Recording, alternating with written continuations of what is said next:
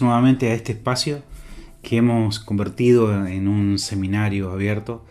Toda esta circunstancia por la que estamos pasando en este tiempo nos ha llevado a aplicar formas diferentes de enseñanza, y este ha sido una gran bendición, porque hemos visto a través de sus testimonios, a través de su esfuerzo, a través de las pautas que ustedes están cumpliendo para los que están cursando el seminario, los que están haciendo trabajos, los que están haciendo exámenes.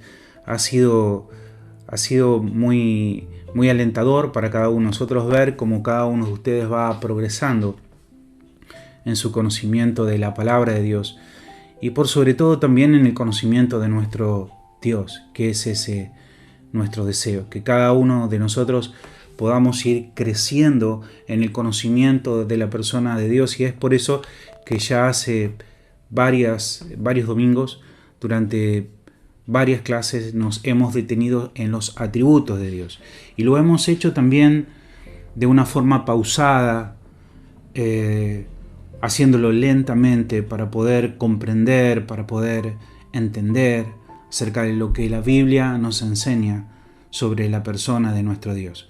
Pero me gustaría comenzar este tiempo meditando en un hecho que ocurrió durante la semana, viendo algunas noticias por internet.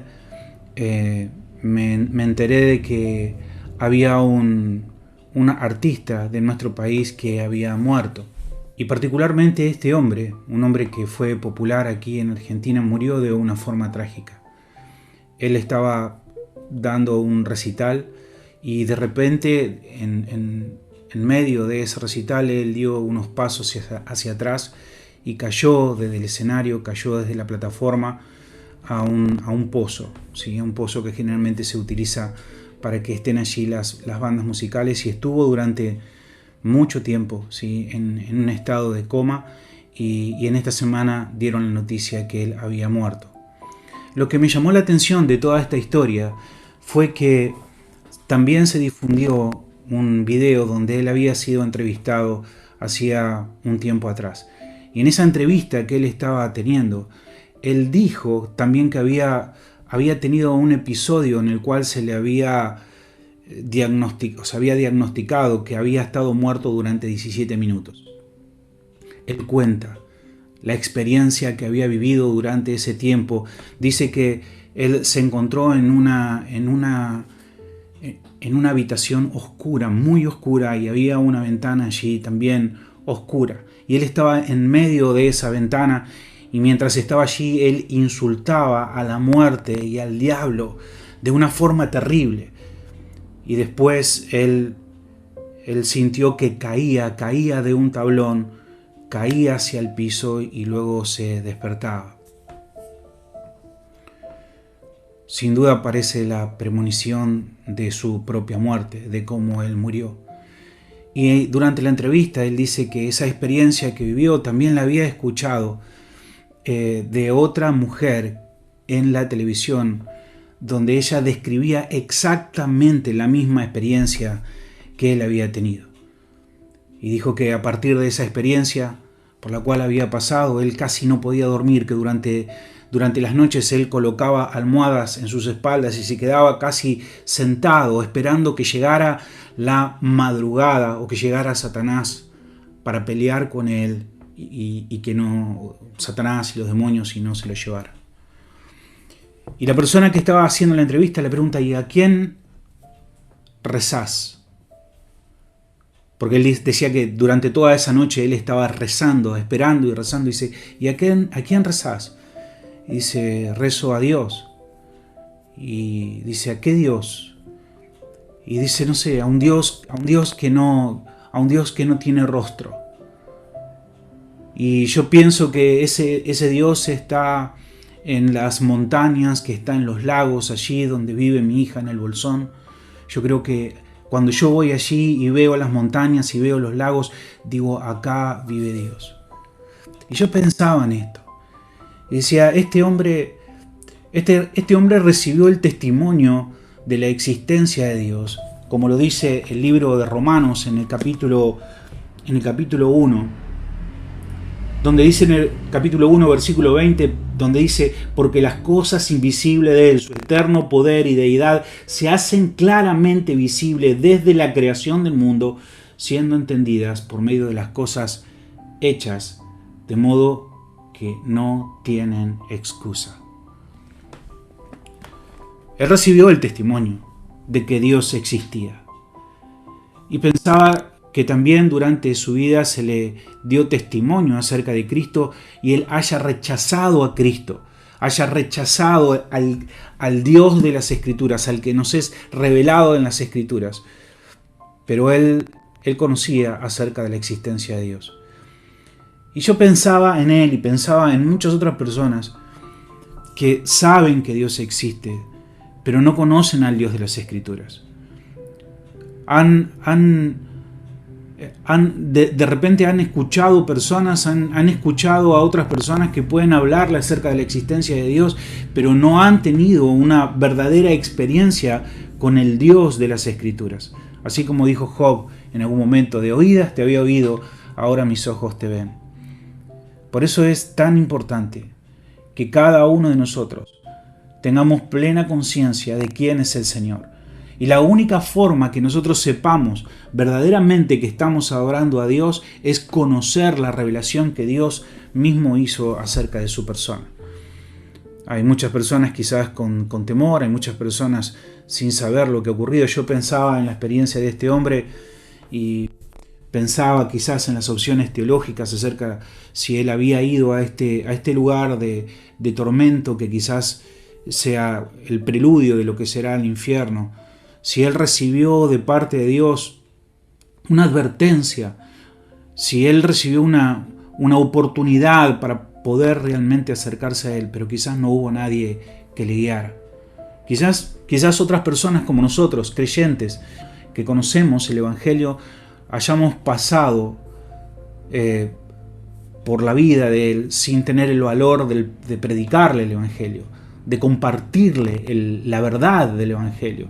Es por eso que no solamente para cada uno de nosotros, sino para las oportunidades que Dios nos presenta en nuestro andar, que sepamos predicar el Evangelio, que sepamos presentar quién es Dios, que podamos hablarle a las personas y decirles que no hay un Dios, o sí puede haber un Dios que ellos puedan imaginarse o crearse en sus mentes, pero ese Dios, el cual ellos adoran, los llevará sin lugar a duda a la muerte y a la muerte eterna. Por eso tú y yo tenemos que conocer la verdad del Evangelio.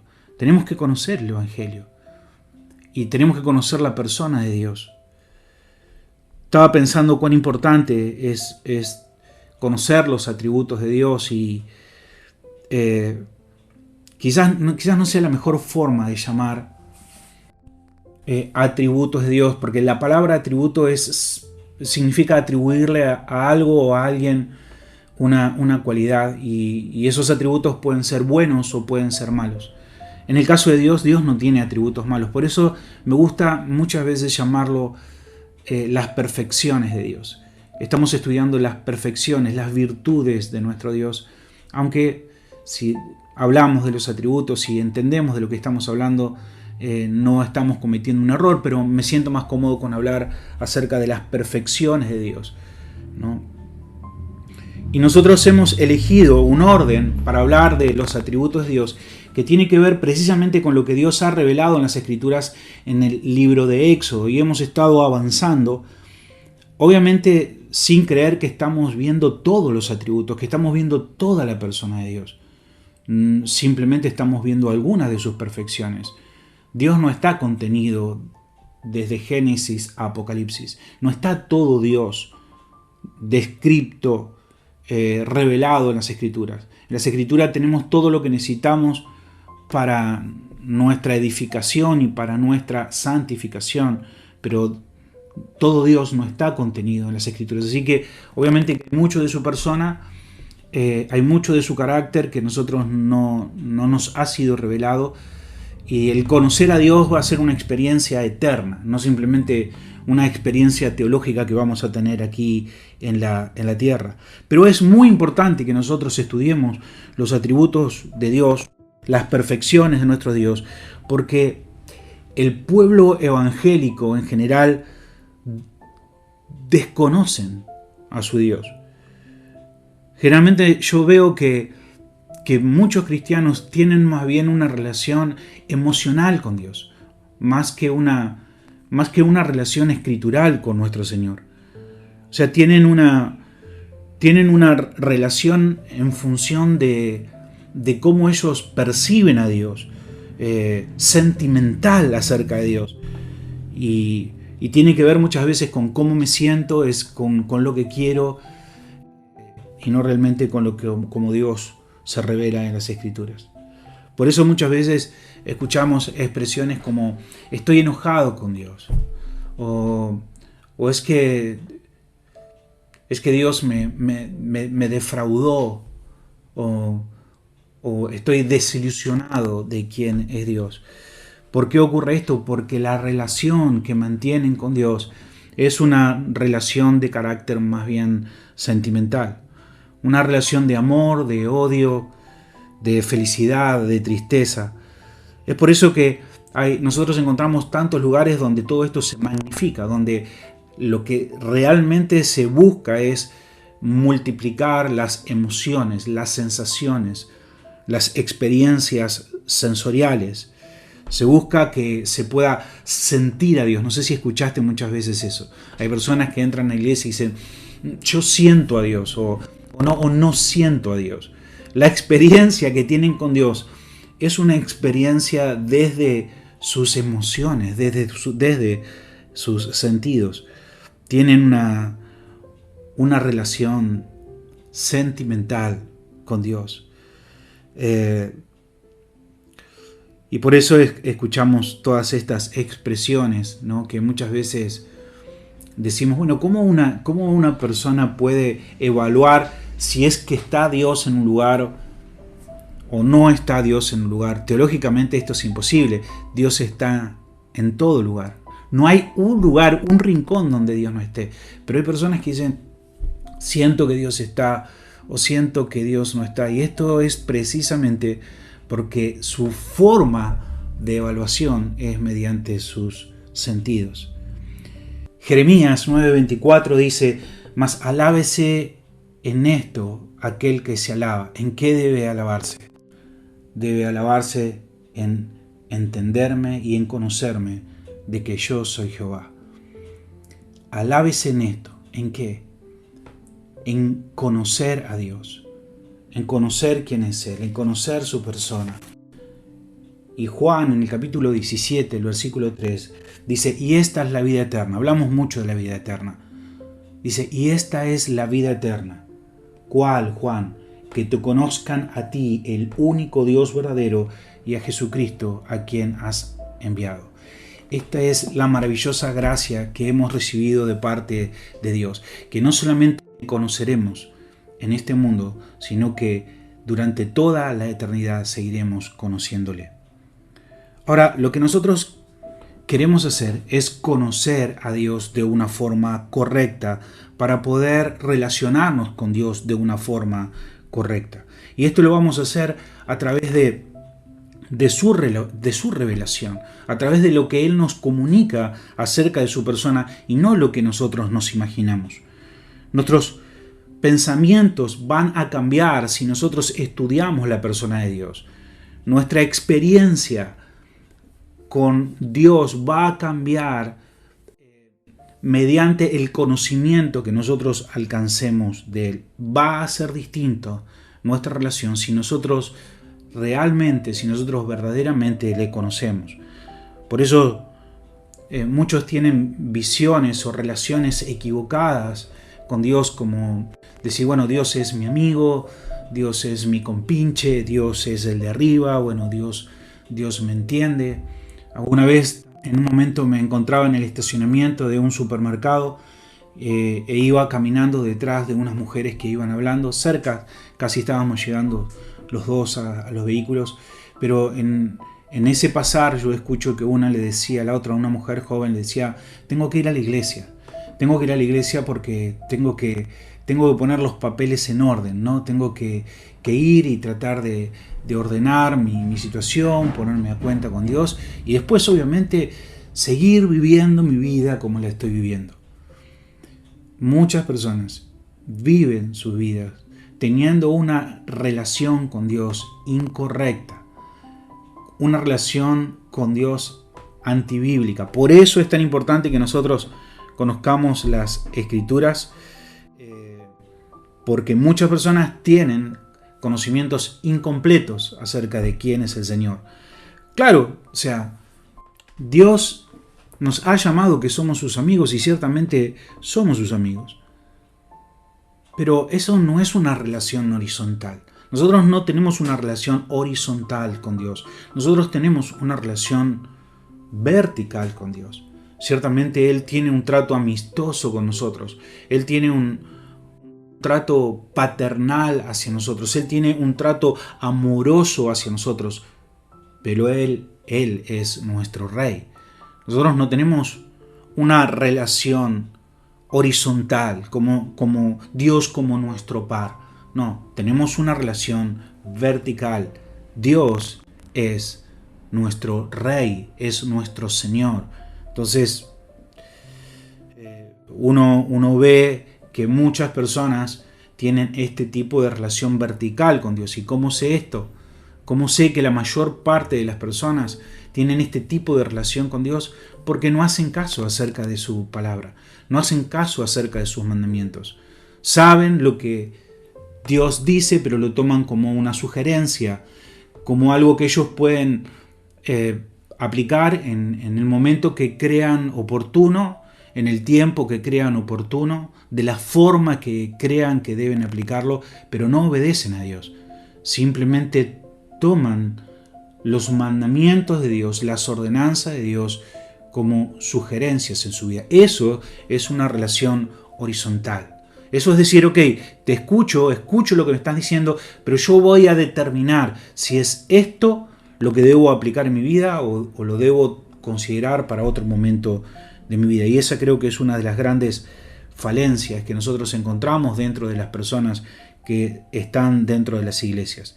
Y por eso también es tan difícil para las personas aceptar doctrinas. Cuando empezamos a hablar de teología, muchas personas se sienten hasta ofendidas con las doctrinas, porque muchas veces las doctrinas tienen un carácter traumático. Doctrinas como la elección, doctrinas como estas para ellos son casi ofensivas, son doctrinas de carácter dramático. ¿Por qué? Porque ellos entienden a Dios desde sus emociones.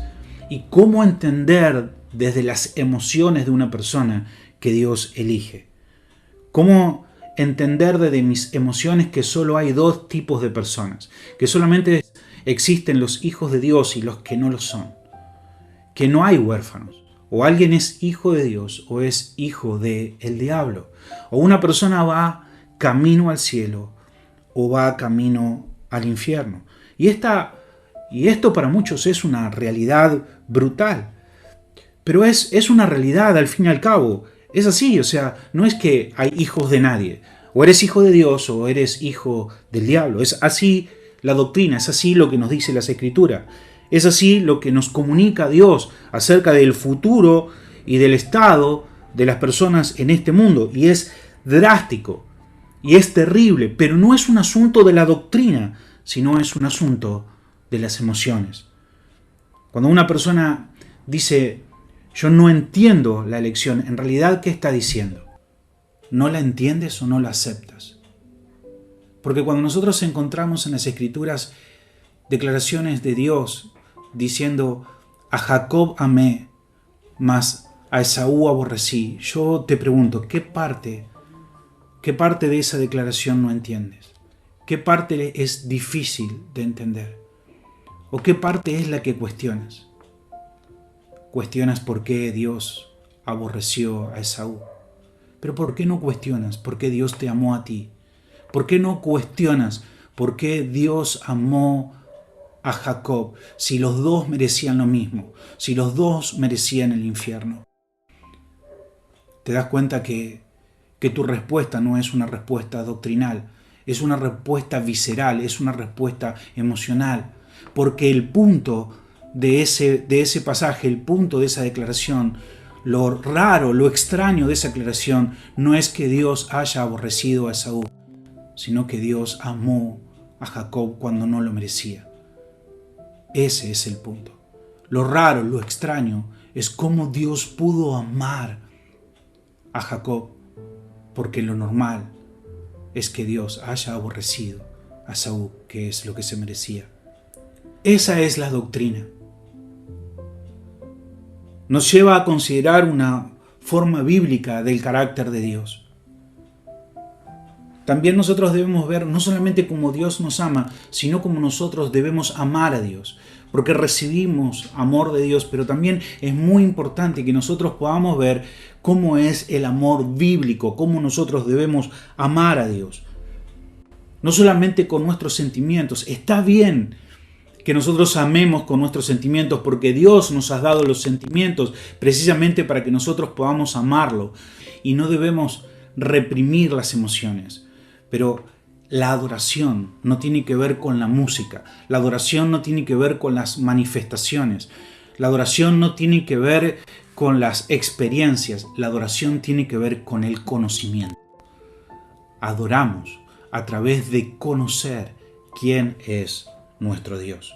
Y sin conocer a Dios, entonces nuestra adoración siempre va a ser una adoración contaminada con nuestras ideas, con nuestras preferencias.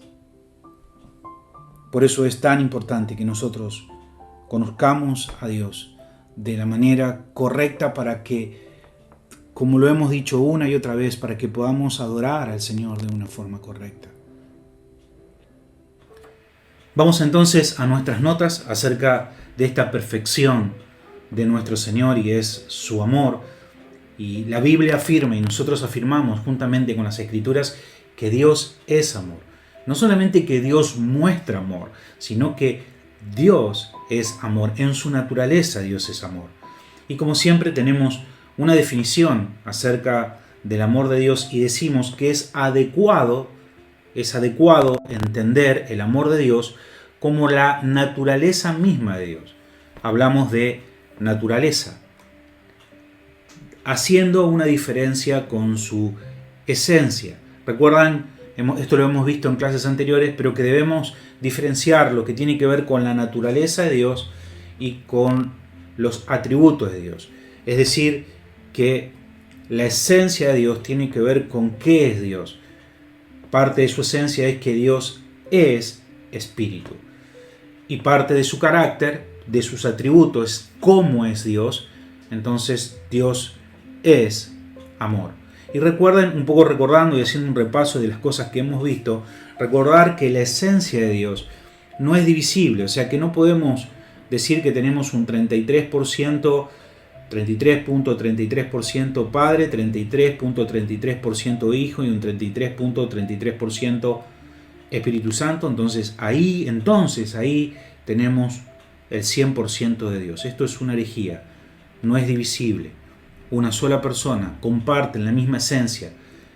El Hijo es Dios, el Padre es Dios, el Espíritu Santo es Dios. Tampoco es multiplicable, es decir, tenemos al Padre, tenemos al Hijo y tenemos al Espíritu Santo, tres personas. Entonces decimos acá tenemos 100%, 100% de la persona del Padre, 100% de la persona del Hijo, 100% de la persona del Espíritu Santo. Entonces lo multiplicamos y tenemos igual a entonces 300% de Dios. Esto no es así. Entonces recordemos acerca de su esencia, que no es ni divisible ni es multiplicable.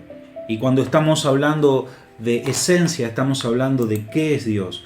Y cuando estamos hablando de atributos, estamos hablando de cómo es Dios. Entonces, es adecuado entender el amor de Dios como la naturaleza. En su naturaleza, Dios es amor. Y por lo tanto, Dios siempre va a mostrar amor.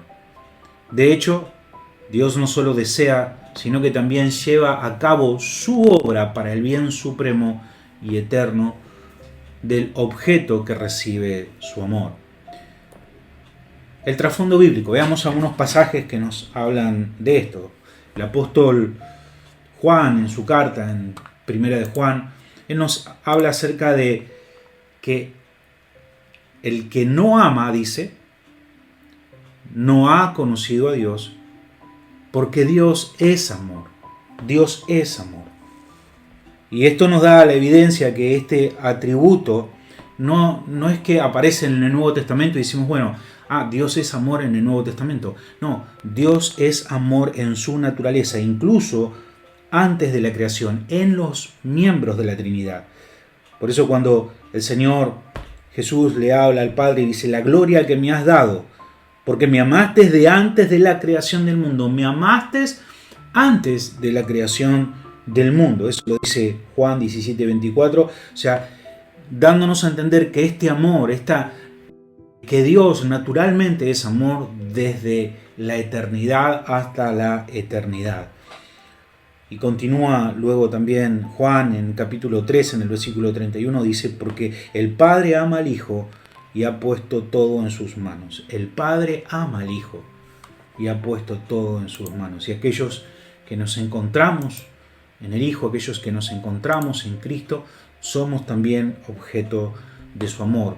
Por eso encontramos aquí en 2 Corintios 13, a partir del versículo 11, dice, por lo demás, hermanos, tened gozo, perfeccionaos, consolaos, ser de un mismo sentir y vivir en paz, y el Dios de paz y de amor estará con vosotros. Qué interesante. Primero, entender aquí que es el Dios de paz y es el Dios de amor. Natural, en su naturaleza Dios es paz y en su naturaleza Dios es amor. Y dice que Dios está con nosotros. Pero quizás me sirve este versículo para pensar acerca de cuán importante es que este amor también sea manifestado en nosotros de unos a otros, porque dice, por lo demás, hermanos, tener gozo, y ahí dice, perfeccionaos, o sea, esto es una labor de unos a otros, consolaos, esto es de unos a otros, sed de un mismo sentir y vivid en paz, y el Dios de paz y de amor estará con vosotros. Quizás es muy oportuno, pensando en este versículo, lo que está ocurriendo en este tiempo. A mí me llama mucho la atención que hay muchos hermanos en sus casas que parecen haber olvidado estos mandamientos que nosotros recibimos de parte del Señor, que nos necesitamos los unos a los otros para ser perfeccionados.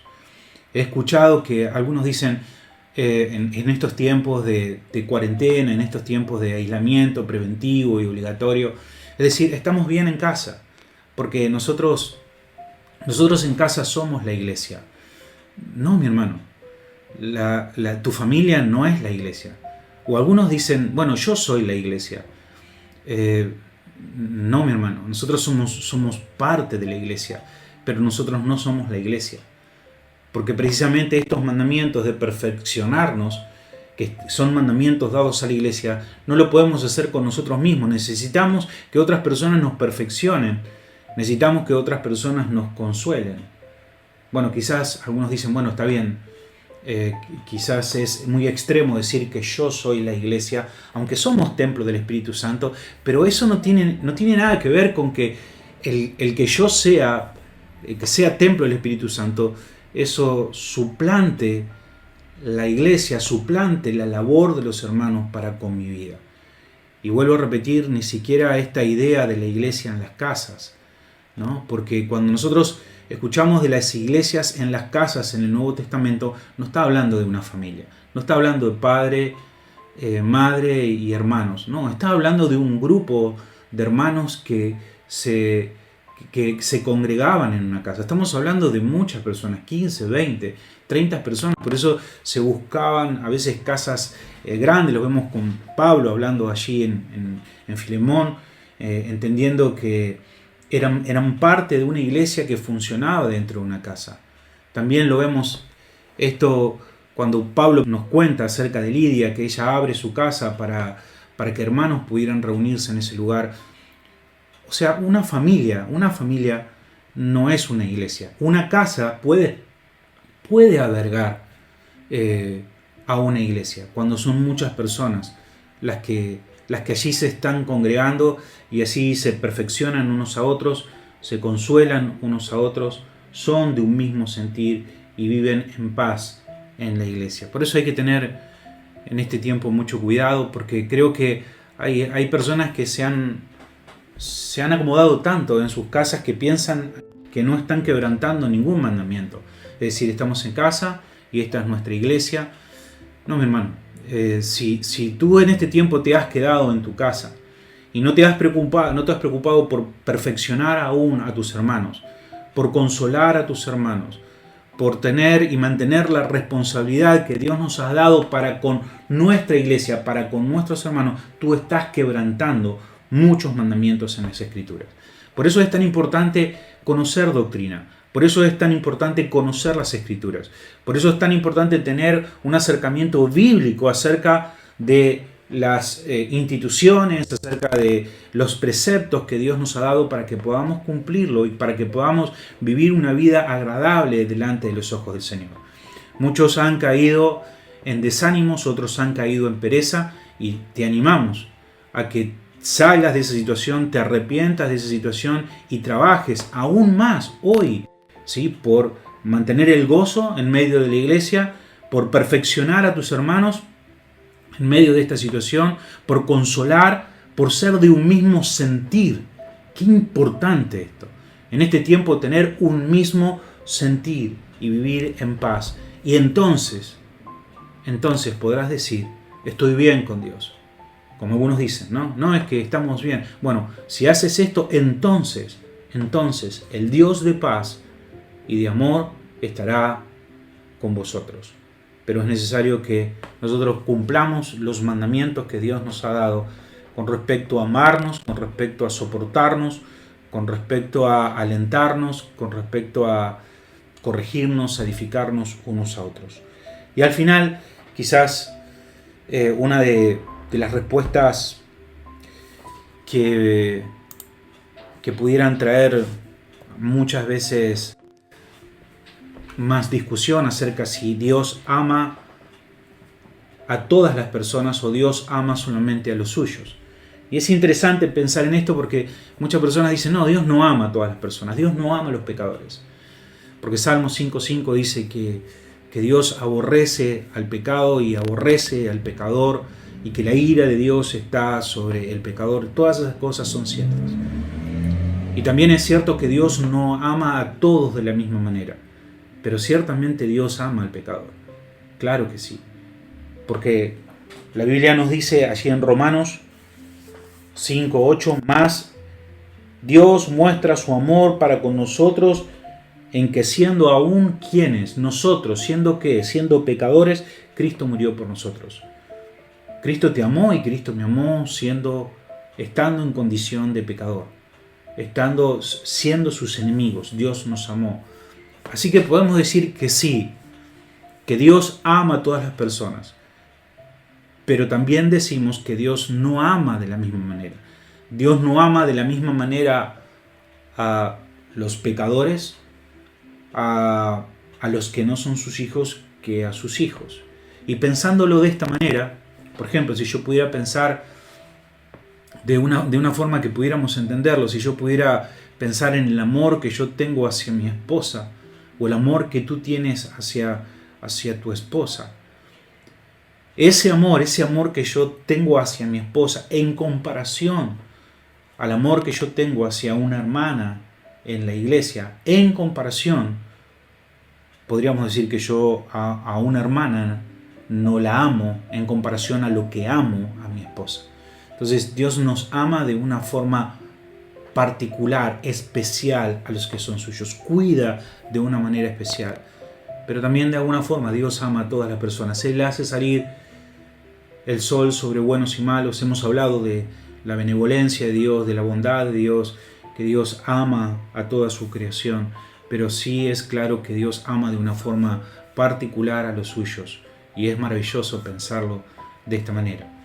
Así que podamos en este tiempo, hermanos, poder no solamente recibir el amor de Dios, y vamos a seguir hablando el domingo que viene.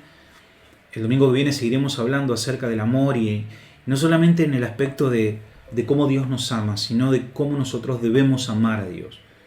Cómo debemos amar a Dios.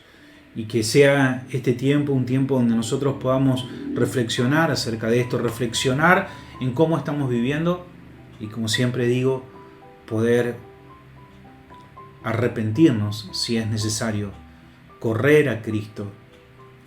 Y quiero terminar pensando en cómo empezamos. Pensando en este hombre que partió de este mundo, buscando a un Dios que no encontró, teniendo el testimonio de que un Dios vivo existe y que sería juzgado, teniendo terror al diablo y a la muerte, pero sin encontrar paz en su corazón porque no encontró a Cristo. Y tú y yo tenemos la oportunidad de acercarnos a la verdad, de poder conocer al Dios de las Escrituras, al Dios verdadero, para amarle, para obedecerle y para adorarle como Él debe ser adorado. Y escuchar también hoy sus mandamientos y obedecer sus mandamientos. No endurezcas tu corazón, te lo ruego. No endurezcas tu corazón. Si escuchas la voz de Dios, entonces responde al llamado de Dios. Y si hoy es el tiempo, si hoy es el momento, allí donde tú te encuentres, puedas decir: Señor, yo me arrepiento, yo me vuelvo de mis pecados y yo me abrazo a ti. Oramos porque eso ocurra en tu corazón y para que este Dios de paz también habite en medio de tu casa. Dios te bendiga. Hasta el próximo domingo.